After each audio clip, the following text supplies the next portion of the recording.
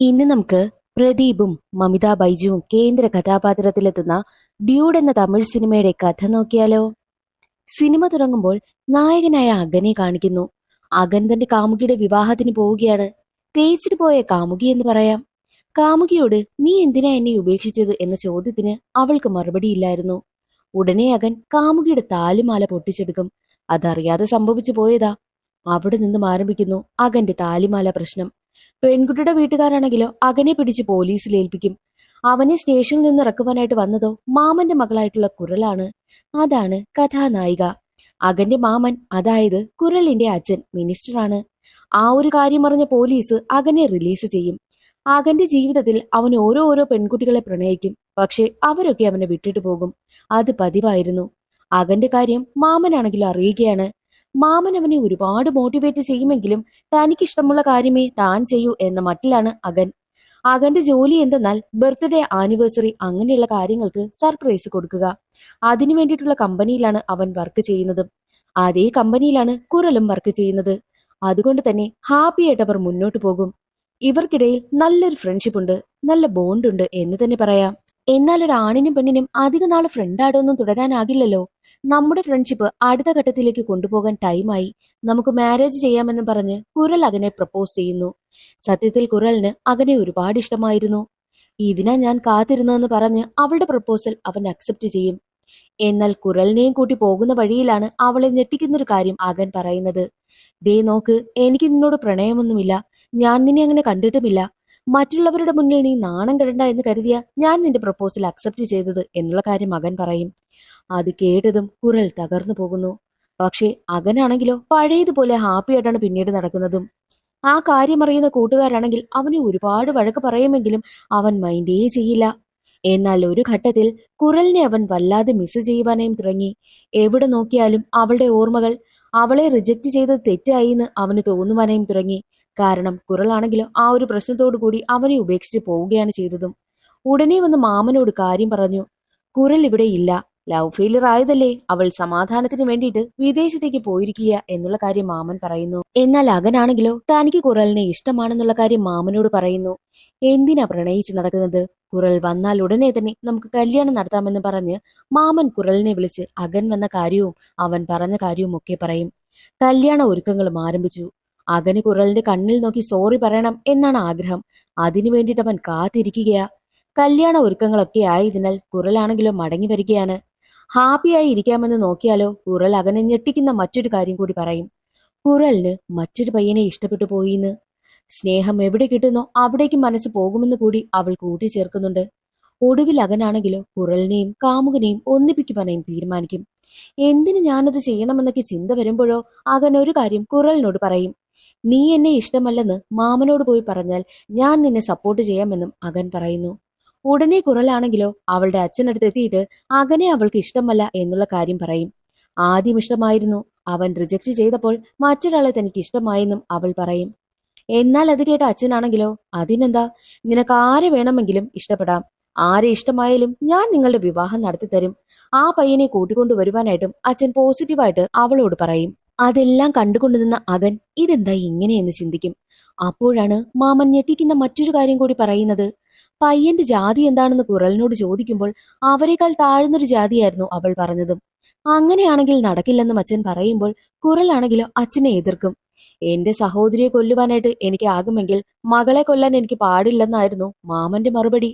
സത്യം എന്തെന്നാൽ ഈ മാമന് അഗന്റെ അമ്മയെ കൂടാതെ മറ്റൊരു സഹോദരി കൂടി ഉണ്ടായിരുന്നു. ആ സഹോദരി മരണപ്പെട്ടു പോയി. അതെങ്ങനെയെന്നാൽ താഴ്ന്ന ജാതിയിൽപ്പെട്ട പയ്യനെ പ്രണയിച്ചു എന്ന കാരണത്തിനാലാണ് മാമൻ തന്റെ സഹോദരിയെ കൊന്നുകളഞ്ഞതും. അത്രയ്ക്കും ജാതി തലയിൽ കയറി നടക്കുന്ന ആളുകളാണ്.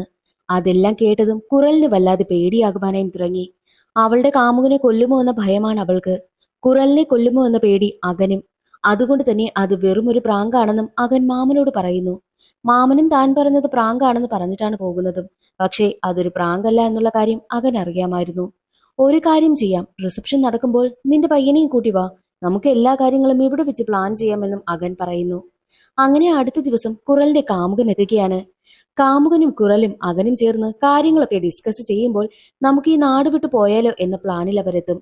അപ്പോഴാണ് കല്യാണത്തിന് പങ്കെടുക്കാനെത്തിയ എല്ലാ സ്റ്റേറ്റിലെയും മിനിസ്റ്റർമാരെ മാമൻ പരിചയപ്പെടുത്തുന്നതും.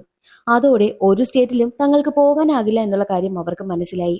വിദേശത്ത് പോകാമെന്ന് കരുതിയാലോ കാമുകന്റെ കയ്യിൽ പാസ്പോർട്ടുമില്ല. ഉടനെ അകൻ കാമുകന് ഒരുപാട് വഴക്ക് പറയുന്നു. ഒരു കാര്യം ചെയ്യാം, പാസ്പോർട്ട് വരുവാനായിട്ട് 2 മാസം എടുക്കും. അതുകൊണ്ട് അകൻ കുറലിനെ കല്യാണം കഴിക്കണം. പാസ്പോർട്ട് കിട്ടിയാൽ ഞാൻ ഉടനെ തന്നെ കുറലിനെയും കൊണ്ട് ഇവിടെ നിന്ന് പോകുമെന്ന ഐഡിയ കാമുകൻ പറയുന്നു. പക്ഷേ അകൻ അതിന് തയ്യാറാകുന്നില്ല. നിങ്ങൾ രണ്ടുപേരും ചേർന്ന് എനിക്കിട്ട് പണി തരികയാണോ എന്നാണ് അകൻ ചോദിക്കുന്നതും. ഒടുവിൽ കുറലിന്റെ സങ്കടം കണ്ട് മനസ്സലിഞ്ഞ് അകൻ കല്യാണത്തിനും തയ്യാറാകും. അടുത്ത ദിവസം രണ്ടാളുടെയും കല്യാണമാണ്. അങ്ങനെ ആ ഒരു നാടക കല്യാണം കഴിയും. മാമന് ഒരുപാട് സന്തോഷമായി. മാസങ്ങൾ കടന്നുപോയി. പാസ്പോർട്ടും കിട്ടി. വിസ ആവശ്യമില്ലാത്ത തായ്ലൻഡിലേക്ക് പോകുവാനായിട്ടാണ് അവർ തീരുമാനിച്ചിരിക്കുന്നതും. മെഡിക്കൽ ടെസ്റ്റ് എടുക്കുവാനായി ചെന്നപ്പോഴാണ് കുറൽ പ്രഗ്നന്റ് ആണെന്നുള്ള കാര്യം അറിയുന്നതും. അത് കേട്ട് അകൻ ഞെട്ടിപ്പോകുന്നു. സത്യത്തിൽ ഉത്തരവാദി കാമുകനായിരുന്നു. രണ്ടുപേരും കൂടി എനിക്കിട്ട് തന്നെ പണി തന്നല്ലോ എന്ന മട്ടിൽ നിൽക്കുകയാണ് അകൻ. അതോടെ തായ്ലൻഡിലേക്ക് അവർക്ക് പോകാൻ പറ്റാതായി. നമുക്ക് ഈ കുഞ്ഞിനെ അബോർഷൻ ചെയ്താലോ എന്നുള്ള തീരുമാനത്തിൽ അവർ എത്തുകയാണ്. അങ്ങനെ ഹോസ്പിറ്റലിൽ എത്തുമ്പോഴാണ് ആ കുഞ്ഞിനെ അബോർട്ട് ചെയ്താൽ പിന്നീട് കുറലിന് ഒരിക്കലും ഒരു അമ്മയാകാൻ കഴിയില്ല എന്നുള്ള സത്യം അവർ മനസ്സിലാക്കിയതും. വേറെ വഴിയില്ലാതെ കുഞ്ഞിനെ പ്രസവിക്കുവാനായും അവർ തീരുമാനിച്ചു. അങ്ങനെ കുറൽ ഒരു ആൺകുഞ്ഞിന് ജന്മം നൽകി. മാമനും ഒരുപാട് സന്തോഷം. അകന് കുറലിനെ ഇപ്പോഴും ഇഷ്ടമാണ്. കുറലിന്റെ കുഞ്ഞിനെ സ്വന്തം കുഞ്ഞിനെ പോലെ എല്ലാ കാര്യങ്ങളും നോക്കിയാണ് അവൻ വളർത്തുന്നതും. അതെല്ലാം കണ്ടുകൊണ്ടു നിന്ന അകന്റെ കൂട്ടുകാരന് അതൊന്നും സഹിക്കാനാകാതെ കുറലിനെ കണ്ട് കുറച്ച് കാര്യം പറയും. ആദ്യം നീ പ്രപ്പോസ് ചെയ്തപ്പോൾ അവൻ റിജക്റ്റ് ചെയ്തെങ്കിലും പിന്നീട് അവന് നിന്നെ ഒരുപാട് ഇഷ്ടമായിരുന്നു. അപ്പോഴേക്കും നിനക്ക് മറ്റൊരാൾ സെറ്റായി. ഇന്നും നിന്നെ അവൻ ഒരുപാട് ഇഷ്ടമാണ്. നിന്നെ അവൻ ഒരുപാട് സ്നേഹിക്കുന്നുണ്ട്. നിന്റെ കുഞ്ഞിനെ അവന്റെ സ്വന്തം കുഞ്ഞിനെ പോലെയാണ് അവൻ നോക്കുന്നത് എന്നുള്ള കാര്യങ്ങളൊക്കെ കൂട്ടുകാരൻ പറയും. അതോടെ തനിക്ക് വേണ്ടിയിട്ട് അവൻ ലൈഫ് പാഴാക്കി കളയുന്നു എന്ന ചിന്ത കുറലിനുണ്ടാകുന്നു. അതുകൊണ്ട് അകനൊരു പെണ്ണ് സെറ്റാക്കിയിട്ടേ തായ്ലൻഡിലേക്ക് പോകൂ എന്ന് തീരുമാനിച്ച് മാട്രിമോണിയൽ സൈറ്റിലൊക്കെ പെണ്ണ് നോക്കും. ഒരു പെണ്ണിനും അകനെയും ഇഷ്ടമാകുന്നില്ല. അകനും പെൺകുട്ടികളെ ഒന്നും ഇഷ്ടമാകുന്നില്ല. കുറൽ തിരികെ പോകണമെങ്കിൽ തനിക്കൊരു പെണ്ണ് സെറ്റാകണമെന്ന് മനസ്സിലാക്കിയ അകനാണെങ്കിലോ തന്റെ ഓഫീസിൽ ജോലി ചെയ്യുന്ന ഒരു പെണ്ണിനെ തനിക്ക് ഇഷ്ടമാണെന്ന് പറഞ്ഞ് കൂട്ടിക്കൊണ്ടുവരും. പക്ഷേ അവർക്ക് വിവാഹം കഴിക്കണമെങ്കിൽ അകനും കുറലും ഡിവോഴ്സ് ആകണമെന്നുള്ള കാര്യം കുറലിനറിയാം. അവർ ഡിവോഴ്സിന് അപ്ലൈ ചെയ്യുന്നു. ആ ഒരു കാര്യം മാമൻ അറിയുകയാണ്. മാമന് വല്ലാത്ത ദേഷ്യം വരും. മാമൻ അകനോടൊക്കെ കാര്യം തിരക്കുമ്പോഴാണ് കുറലിനെ തനിക്ക് ഒട്ടും ഇഷ്ടമല്ല എന്നും അവളോട് ജീവിച്ചെനിക്ക് മടുത്തു എന്നൊക്കെ അവൻ കള്ളം പറയുന്നു. അതോടെ മാമന് വല്ലാത്ത ദേഷ്യം വരികയും അകനെ തല്ലി ചതച്ച് പുറത്താക്കും. ഇവനേക്കാൾ നല്ലൊരു പയ്യനെ, നമ്മുടെ ജാതിക്കാരനെ ഞാൻ നിനക്ക് വേണ്ടി കണ്ടെത്തുമെന്നും മാമൻ കുറലിനോട് പറയും. എന്നിട്ട് മാമനാണെങ്കിലോ അകനെ കൊല്ലുവാനായിട്ട് ആളിനെ അയക്കുകയാണ്. അതറിഞ്ഞ കുറലാണെങ്കിലോ എല്ലാ സത്യവും മാമനോട് തുറന്നു പറഞ്ഞു. അതോടെ മാമന് വല്ലാത്ത ദേഷ്യം. കുറലിന്റെ കാമുകനെ കൊല്ലുവാനായിട്ട് മാമൻ തീരുമാനിച്ചു. കുറൽ ഒരുപാട് കെഞ്ചുകയാണ്. എന്നാൽ ശരി, നിന്റെ കാമുകനെ കൊല്ലുന്നില്ല, നിന്റെ കുഞ്ഞിനെ കൊല്ലാമെന്ന് പറഞ്ഞ് മാമൻ കുഞ്ഞിനെയും എടുത്തുകൊണ്ട് ഒരു കാട്ടിലേക്ക് പോകും. ആ വിവരമറിഞ്ഞ അകനാണെങ്കിലോ തന്നെ തല്ലുവാൻ വന്നവരെയെല്ലാം അടിച്ചോടിച്ച് മാമനടുത്തേക്ക് ഓടിപ്പോകും. അപ്പോഴേക്കും മാമനാണെങ്കിലോ കുഞ്ഞിനെ വെടിവെച്ച് കൊല്ലുവാനായിട്ട് തോക്ക് കുഞ്ഞിന്റെ തലയിൽ വെച്ച് നിൽക്കുകയാണ്. അപ്പോഴേക്കും വലിയൊരു ഇടിമിന്നലുണ്ടാകുന്നു. അതോടെ മാമൻ അറ്റാക്ക് വന്ന് താഴെ വീണ് ബോധം പോകും. കണ്ണു തുറന്നപ്പോഴോ മാമൻ ഹോസ്പിറ്റലിലായിരുന്നു. ഡോക്ടറിനോട് ഒരുപാട് നന്ദി പറയുമ്പോഴാണ്, എനിക്കല്ല ആ കുഞ്ഞിനാ നിങ്ങൾ നന്ദി പറയേണ്ടത്. കുഞ്ഞിഴഞ്ഞ് റോഡിലെത്തിയപ്പോഴാണ് ആളുകൾ കുഞ്ഞിനെ കണ്ടതും നിങ്ങൾക്കടുത്തേക്ക് ആളുകൾ എത്തിയതും ഈ കുഞ്ഞ് കാരണമാണെന്നും ഡോക്ടർ പറയുന്നു. അതോടെ കുഞ്ഞിനോട് ചെയ്തതൊക്കെ തെറ്റാണെന്നോർത്ത് മാമൻ ഒരുപാട് സങ്കടം വരും. ഒടുവിൽ കുറലിനെയും കാമുകനെയും വിവാഹം കഴിപ്പിക്കുകയാണ്. പക്ഷേ മാമനെ രക്ഷിച്ചത് ആ കുഞ്ഞല്ല, അകനായിരുന്നു.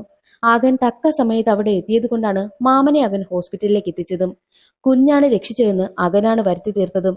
കാരണം കുറലിനോടും കുറലിന്റെ കാമുകനോടും കുഞ്ഞിനോടുമൊക്കെ മാമന് സഹതാപം തോന്നാൻ വേണ്ടിയിട്ടാണ് അകൻ അങ്ങനെ ചെയ്യിച്ചതും. അകൻ അങ്ങനെ ഒറ്റയ്ക്കായി. ഒടുവിൽ തന്റെ കൂടെ ജോലി ചെയ്യുന്ന പെൺകുട്ടിയെ ഇഷ്ടമാണെന്നവൻ വെറുതെ പറഞ്ഞില്ലേ, ആ പെൺകുട്ടിയെ തന്നെ അവസാനം അകൻ വിവാഹം കഴിക്കുന്നു. അങ്ങനെ അകനും കുറലുമൊക്കെ സന്തോഷമായി ജീവിക്കുന്നെന്ന് കാണിച്ചുകൊണ്ട് സിനിമയുടെ കഥ അവിടെ അവസാനിക്കുകയാണ്. ഇന്നത്തെ ഈ ഒരു വീഡിയോ എല്ലാവർക്കും ഇഷ്ടമായെന്ന് കരുതുന്നു. ഇഷ്ടമായാൽ ഒന്ന് ലൈക്ക് ചെയ്ത് സപ്പോർട്ട് ചെയ്യാനും ചാനൽ ഇഷ്ടമായാൽ സബ്സ്ക്രൈബ് ചെയ്യാനും മറക്കരുതേ. അടുത്തൊരു സിനിമയുടെ കഥയിൽ കാണാം. അതുവരെ എല്ലാവർക്കും ബൈ.